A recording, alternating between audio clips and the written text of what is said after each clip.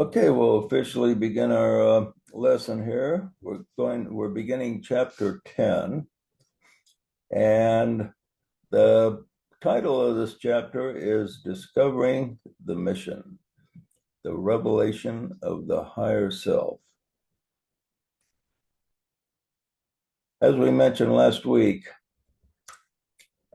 people are born with a sense that they're supposed to be doing something.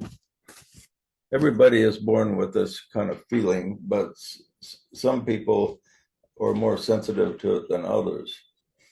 And especially as a person evolves and gets closer to spirit, his uh, his purpose in life becomes more important. In other words, somebody like uh, Abraham Lincoln has more important purpose in life than maybe somebody that's just a farmer somewhere. They both have a purpose, they both have things to learn. But when a person is first born, he's not aware. Almost all of us are not aware of what our mission in life is. Now, before we were born, we actually planned our lives around the idea of learning the maximum that we could learn and advancing the maximum that we could advance and providing the maximum service that we could provide. And all of us are at different stages on the path. Now, everybody has a sense that they're supposed to be doing something. Even the hardened atheist has a sense, oh, I should be doing something. They think they don't associate with anything pre-birth or anything, but everybody has this feeling. And most people never get a clear idea of what it is, but we subconsciously tune in to what we planned before we were born. And so we tune into that. And so we kind of feel like we're kind of just bumbling along, but actually, most people are fulfilling pretty closely what they plan to come down here and do. But for the disciple, and the book of Revelation is written for the disciple that's following the path to become like Christ. It's important that he figure out what his actual mission is. Now, for the average guy, it's not so important because he's going to kind of learn by trial and error certain things that he came down here and learn. But for the disciple, it's important that he figure out what he was supposed to do with his life. And once he figures this out or gets a revelation on it, he can then more potently move forward because he actually knows what he's doing. So if you actually know what you're doing, you can accomplish your mission quite a bit better than if you're just following your subconscious impulses. So that's basically what we're going to get into here. And here is the verse that begins to deal with this. And I saw a mighty angel came down from heaven, clothed with a cloud, and a rainbow was upon his head, and his face was as it were the sun, and his feet as pillars of fire. And he had in his hand a little book open, and he set his right foot upon the sea, and his left foot upon the earth. And he cried with a loud voice, as when a lion roareth. And when he had cried, 7 thunders uttered their voices. And when the 7 thunders uttered their voices, I was about to write, and I heard a voice from heaven saying unto me, seal those things which the 7 thunders uttered, and write them not. Okay, let's go through this and figure out what it's actually saying. 6 angels have sounded. This one prepares for the seventh and last angel and represents a revelation. So he saw another mighty angel come down from heaven. Heaven represents the spiritual world, and something coming down from heaven represents a revelation. But what's interesting is in this revelation, it repeats the number seven again several times, speaks about the seven angels, seven thunders, and so on. And the word seven repeats itself in the book of Revelations very often.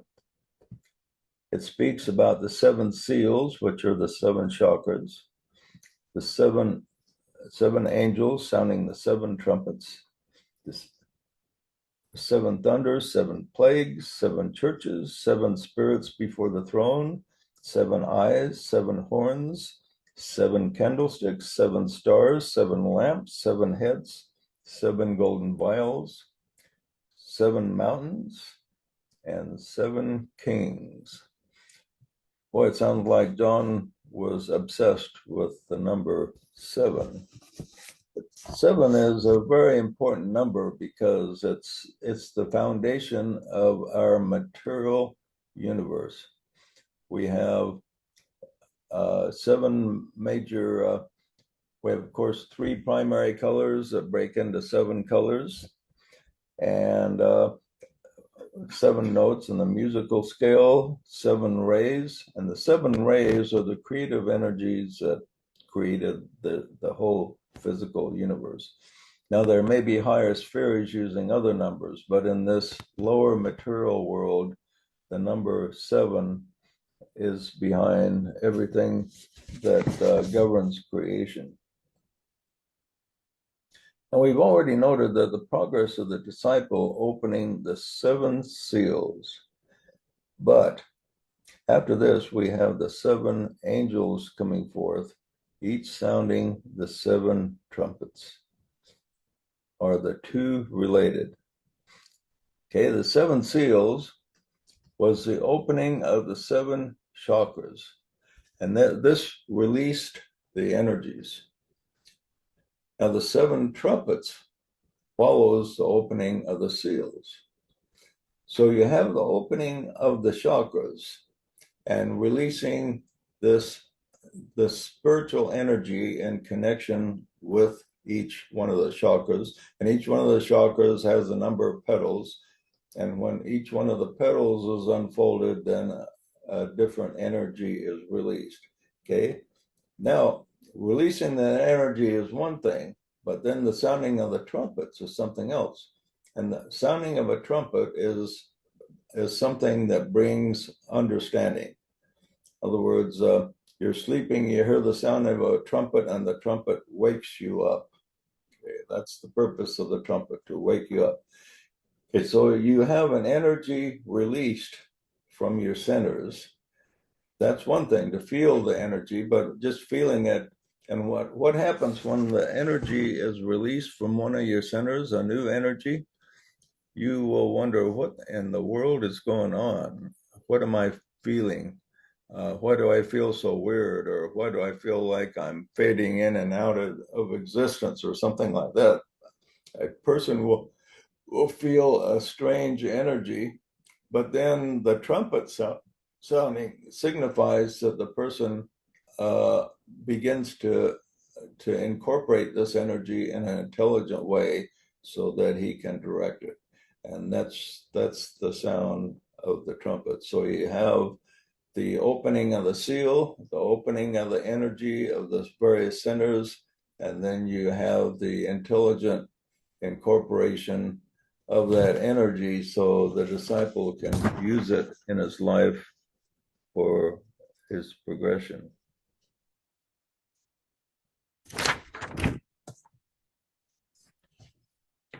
Now, each center has a specific number of petals. And this is kind of interesting that I haven't seen anyone really explain what the signification of each one of the petals are. And I thought we do two important centers. and talk about the significance of the petals. We're going to go through the solar plexus and the heart. Now, the solar plexus is a lower reflection of the heart. Okay, it's focused on duality very much. Everything is dual in the solar plexus, and it's the basis of all of our lower feelings. And because they're lower, it doesn't mean they're bad, because you have a duality on each one of them, which can be positive or negative. Whereas in the heart center, which is the higher of the two, remember the solar plexus is just a reflection. The heart center is the higher, and it is pretty much non-dual. All its aspects just are completely positive, whereas the solar plexus, you have positive and negative. So let's go through these. There's 10 centers in the solar plexus, or 10 petals in the solar plexus. And as each one unfolds, a new energy is released. And most people on the planet, the average person on the planet, has most of his solar plexus petals unfolded to a degree. And his mission with this is to focus on the positive aspect more than the negative. Let the positive aspect prevail. Okay, the first petal represents romantic energy, and love as the average person understands it, which from a higher point of view is kind of has a selfishness about it, but it's still a love. People love, say, maybe their kids, but they don't love the neighbor's kids. It's a very selective love. Okay, they love their political party, but they hate the other political party. Okay, so it's a romantic energy on one side, and then hate and selfishness on the other. So you have this duality here. But basically, the positive side is the romantic love that people get involved in, and then the love for family and people that are close to them. And then the negative part is hate and loathing. Okay, the second petal is your conscience, the trained conscience. And the conscience of the average person is not perfect because it can be trained. If you are raised by some religion that eating peas is against God's will, you can feel guilty if you eat peas, for instance. So in the Mormon church, you can feel guilty if you drink a cup of coffee because it's supposedly against God's will to drink that coffee.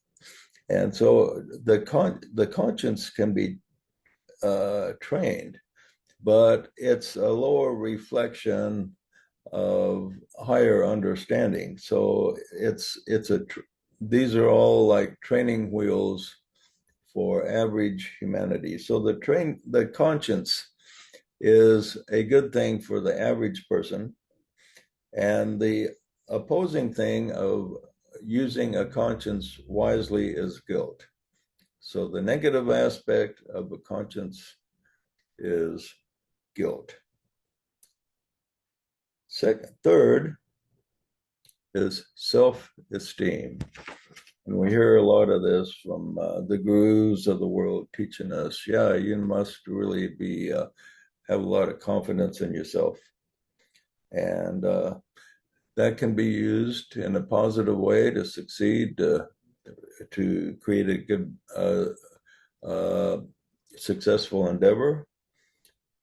What do you think the opposite of that is? Self-esteem. What would be the negative? Low self-esteem. Self-deprecation, right? Well, Adam's on the right track there. I have, for the opposite, the negative aspect is pride and the ego. So if you have high self-esteem, it's good, but then if you're really extra proud of who you are and let it go to your ego, then that's a really negative thing. And that that gets the best of many people. Many people who are very even claim to be evolved. You see a lot of the gurus out there. They preach in self-esteem, and then you see that their ego often gets the best of them, and they think that they are almost a different species from the rest of humanity. Okay, 4, happiness. Now, this general state of happiness and the pursuit of happiness is related to the solar plexus. What's the opposite of happiness? That ought to be an easy one.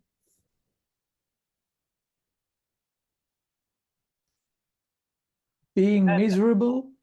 That's in the right. Sorrow, What?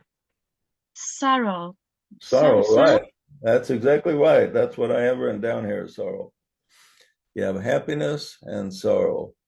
And the trouble with happiness, it's always temporary. You may be a football player and make the big winning touchdown one season, and then the next game you screw it up and you lose the game and everybody's really mad at you, then you're going to be very sorrowful. So the happiness that you had from the big win just maybe lasted a couple weeks until you really screwed up and then you're really upset. Okay, so you have this happiness and sorrow, and whereas the more eternal qualities of joy is the peace of the spirit can't be disturbed, whereas general happiness as related to the solar plexus is temporary.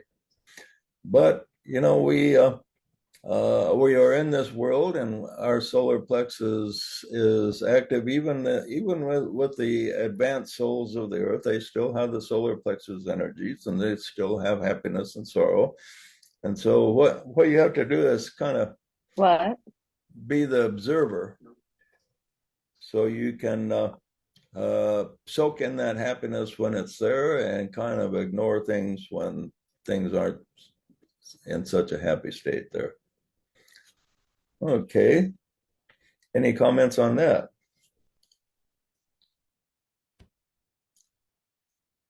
Number 5, friendship and vengeance.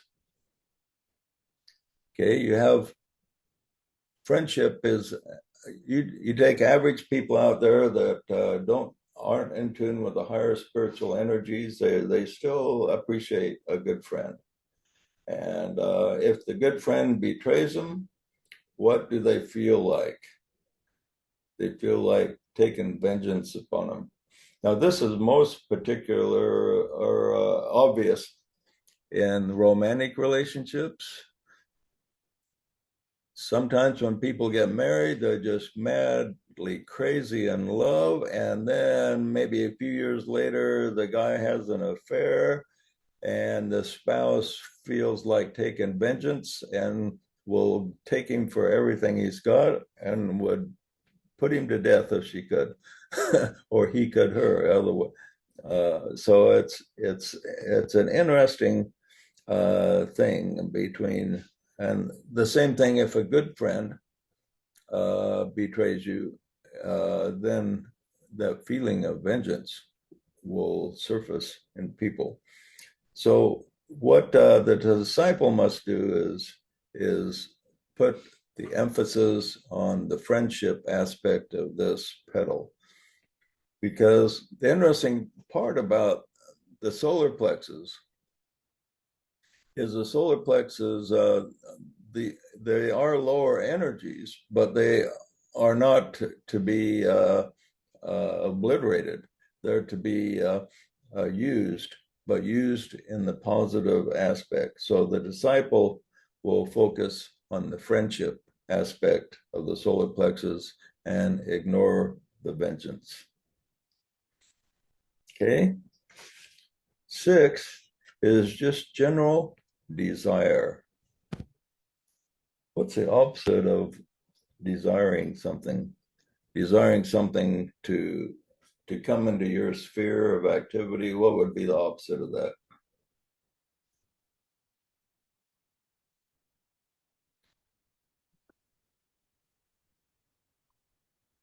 Apathy, laziness. I don't know. Close. Repulsion. In other words, you desire somebody to be close to you. The opposite would be you wish they were away from you. You want them repelled. You just don't want them in your life anymore. So the key to use this energy correctly is to hone your desires toward things that are positive and to repel things that are harmful. You can actually use both of these aspects in a positive way. Okay. 7 is determination. Determination is a great quality. If you want to really succeed at business or sports or any type of quest, become a good musician, takes a lot of determination. What's the opposite of that? We'll pick on Adam since I see his picture there. Well, I don't know. I guess I'd go back to my previous answer: apathy or Right. laziness. Right. Acquiescence, which is basically the same thing. So yeah, you're part of you can be very determined, but the opposite of that would be that it's not worth it. I'm just going to not do anything. And so we oscillate between that, between really being determined or not doing anything. And when this petal opens, the person will have this extra determination to succeed or do different things. And he's also capable of being quite frustrated quite easily. Okay, 8 is passion. That's kind of related to determination, but a little bit different in the fact that passion can is like a fuel that fuels you to move ahead. And the opposite of passion, again, is pretty close to the last one, is apathy. 9 is aspiration. Okay, and you can see how all these apply to like kind of the average person out there. Average person has passion and uses it to a degree. They also aspire. They want to be better, to make more money, to be more successful, to be more talented. The average person aspires to a number of things. And the opposite of that I have down here is submission. In other words, just again, he kind of lets go and submits to the powers that be. And 10, the last one, is sympathy. And average person is capable of being sympathetic when things go wrong. They watch the poor people in the Ukraine suffer, or people that's been hit by a tornado, and they have sympathy for them. You have sympathy for especially loved ones. And the opposite of this is loathing. Okay. If, say, somebody is down and out and they need a loan, so you have sympathy for them, you give them a loan, and then you find out they betray you somehow, that sympathy can turn into loathing. Okay, so it's interesting how all of these 10 petals, 10 energies are dual. Now, there's 12 energies in the heart center, and they are not dual. They are singular. And there's perhaps a dual energy associated with it, but it's not from the heart. From the heart only releases positive energy. But there's two basic energies of the heart. The heart petals are 12, and they're divided into two groups. 6 representing love, and 6 representing wisdom. Okay. Can you think of one aspect that might be under the love energies?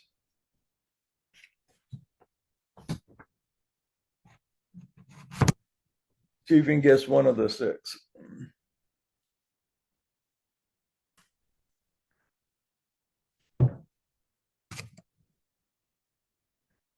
Compassion.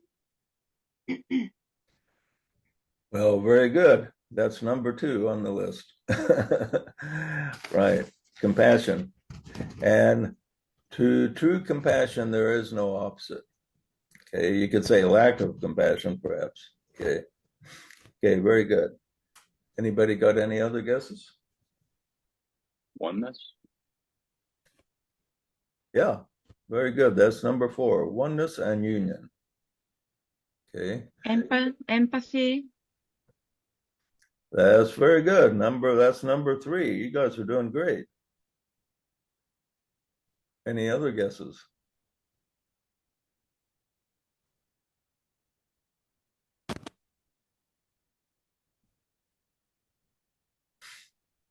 Okay, we'll go through them one by one here. Maybe identification. Harmony. That would be kind of oneness and union, I think, under that category.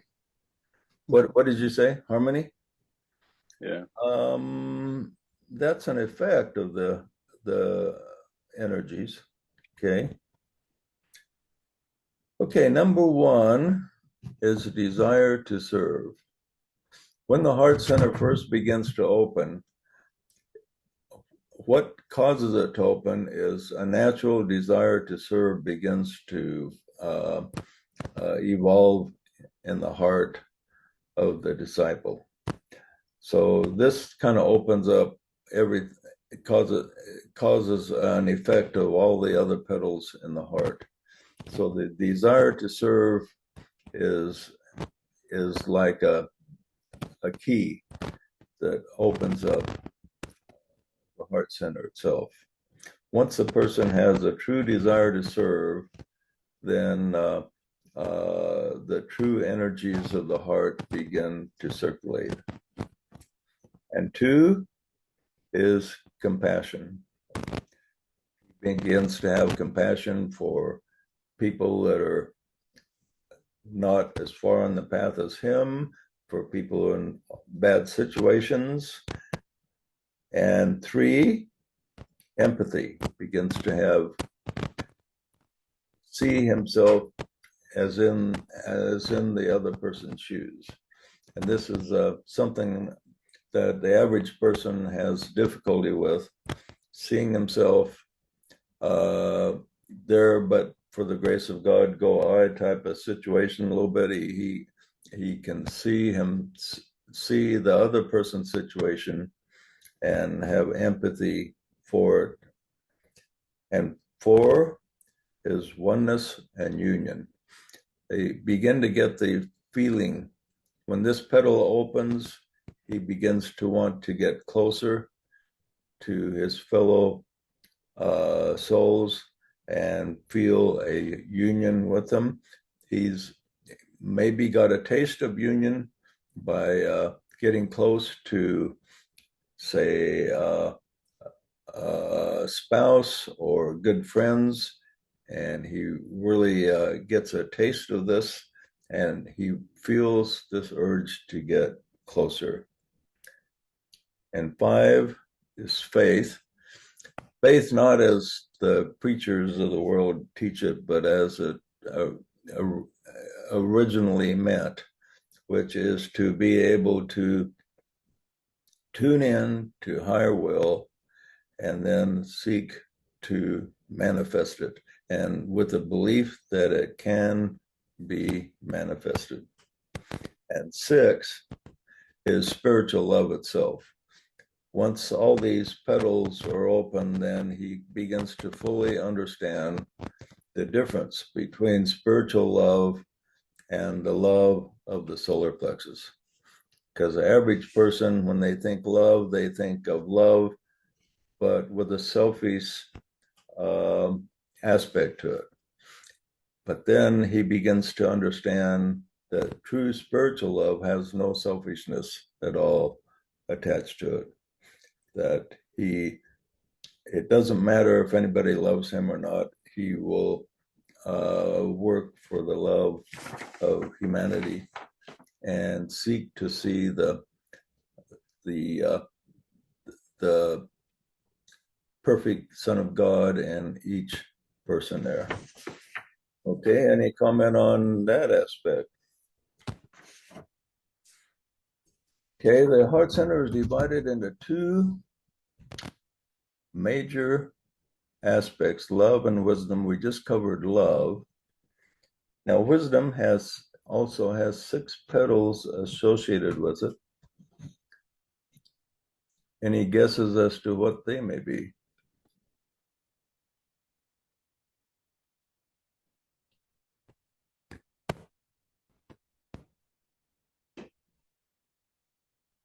Say that again, JJ.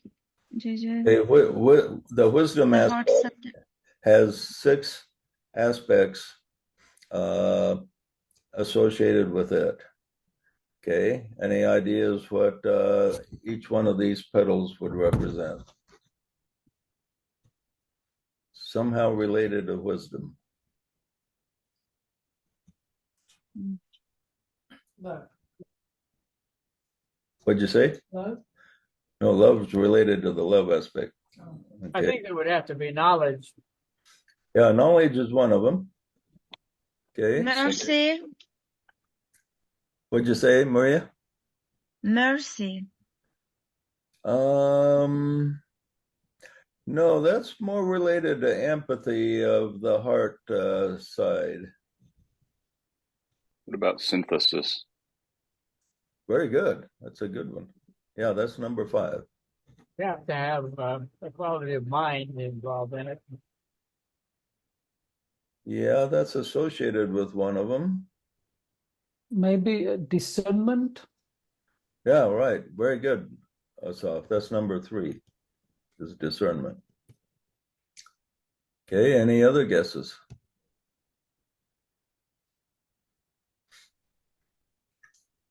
Okay, we'll go through these. Number 1 is understanding. The person has to, when he opens, once this center begins to open, he begins to understand in a way that he didn't understand before. The average person, his understanding is based on what he's been taught by outside sources. Okay, and when he says he understands, he just understands the data that's in his mind. Whereas the disciple, he begins to understand from a wholeness point of view, from the heart center, from a center that embraces total love, wisdom. Okay, so understanding is a key element, and understanding from this higher aspect is different than understanding when you're in a physics class or a math class or something like that. It's more universal in its application. Okay, second is good judgment. We don't have just judgment period here, because judgment judgment is actually dual in the fact there's positive judgment and negative judgment.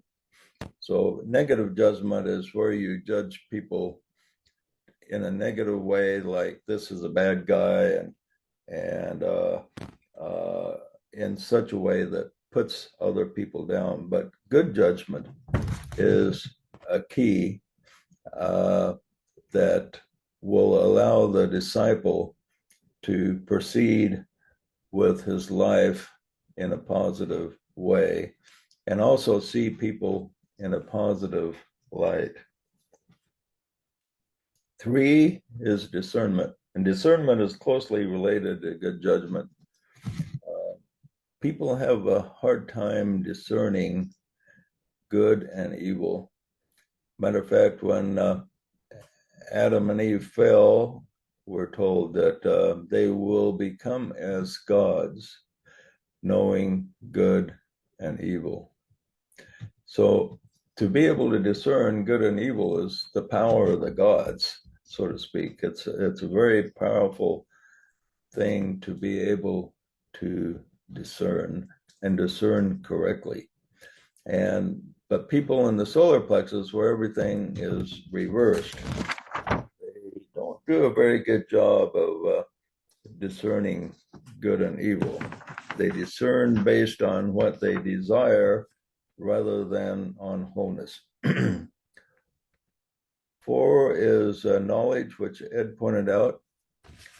But true knowledge is a little bit different than facts. You can go to school and get a bunch of data in your head, but that's not what is represented by knowledge of the heart. Knowledge is where the person can see what is true and then incorporate that knowledge of that truth into his life so it is usable. And it's different than just incorporating a fact. Okay, knowledge is more universal in its application. And then 5 is synthesis, which Adam pointed out. So the disciple begins to see how to take the different pieces that are out there and see that they're not really unrelated, but these different pieces kind of fit together and make a working whole. And he begins to see how to take different aspects of his life, put them together so that they're usable. Different aspects of endeavors that he's having, he can take them and put them together. Elon Musk is kind of a good example of that. He's got several different companies going, and he uses different things that Tesla is doing to incorporate in making his rockets, and different things that he's doing with his rockets to do other things with. So he's quite an example of a synthesizer. And 6 is wisdom itself.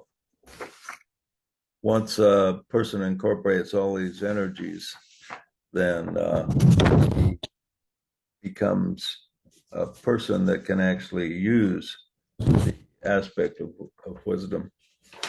Okay, so that's interesting to review those energies in these 2 centers, especially with the idea that the solar plexus is a reflection of the heart.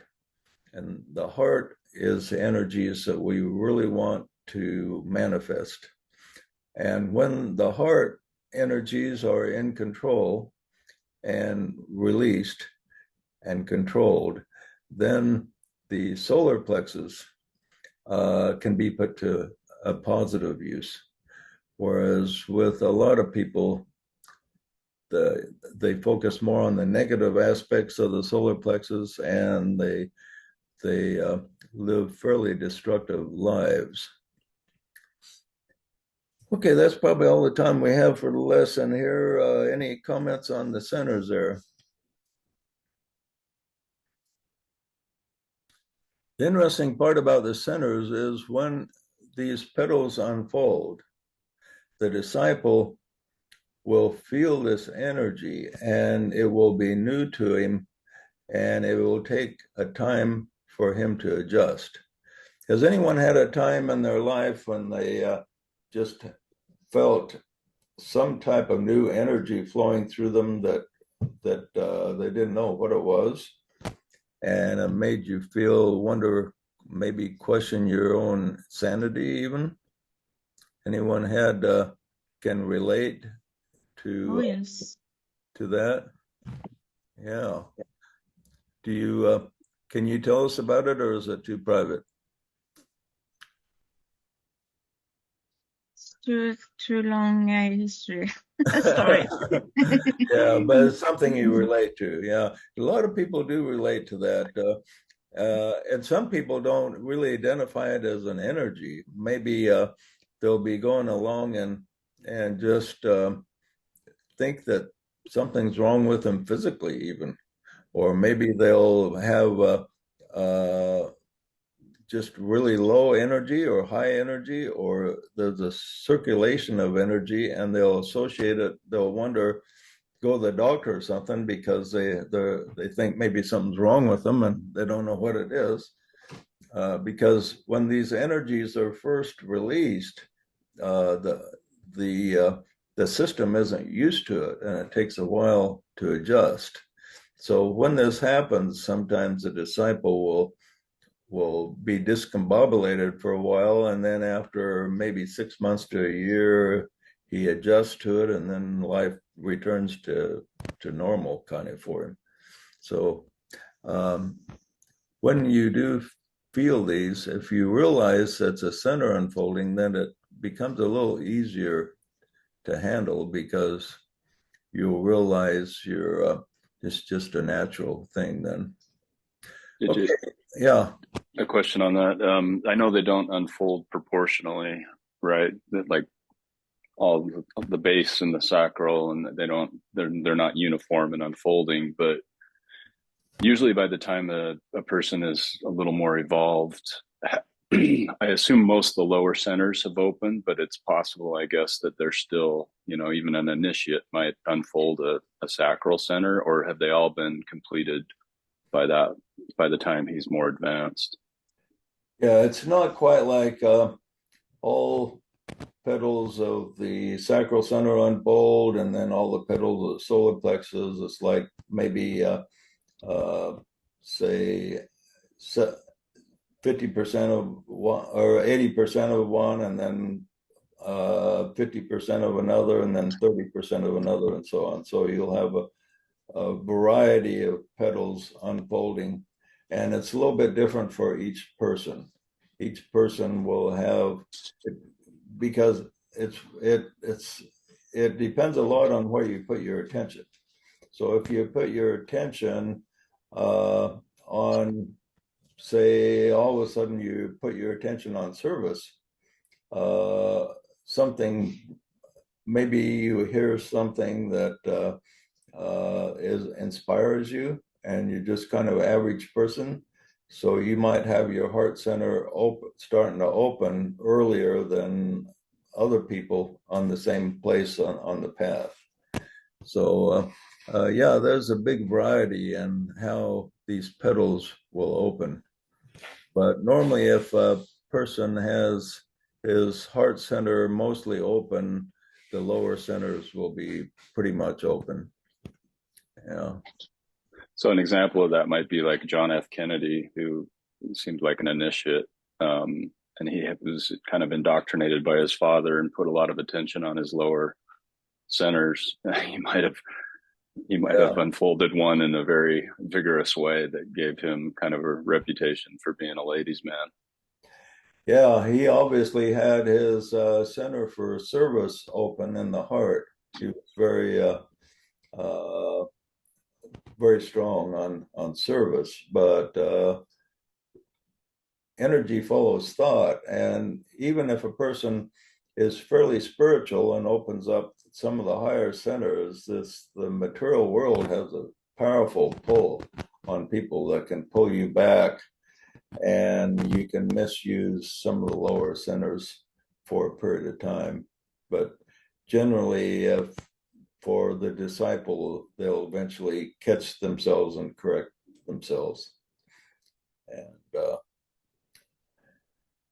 which maybe Trump has done that. He behaved himself while he was in office, but he apparently didn't behave himself very well earlier. So maybe he caught himself that way. Who knows? Whereas Kennedy, he was definitely a disciple, but I think he was caught in a thought form created by his father that told him it was just fine to take advantage of females sexually. So that was kind of what he was taught, which kind of created an illusion that he got trapped in. Okay, any other comments or questions? That's strange thinking about he was Blavatsky before. Yeah.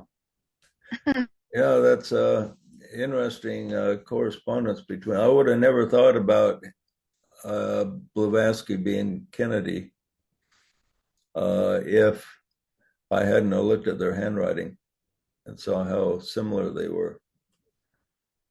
But it wouldn't have been something that would have even occurred to me.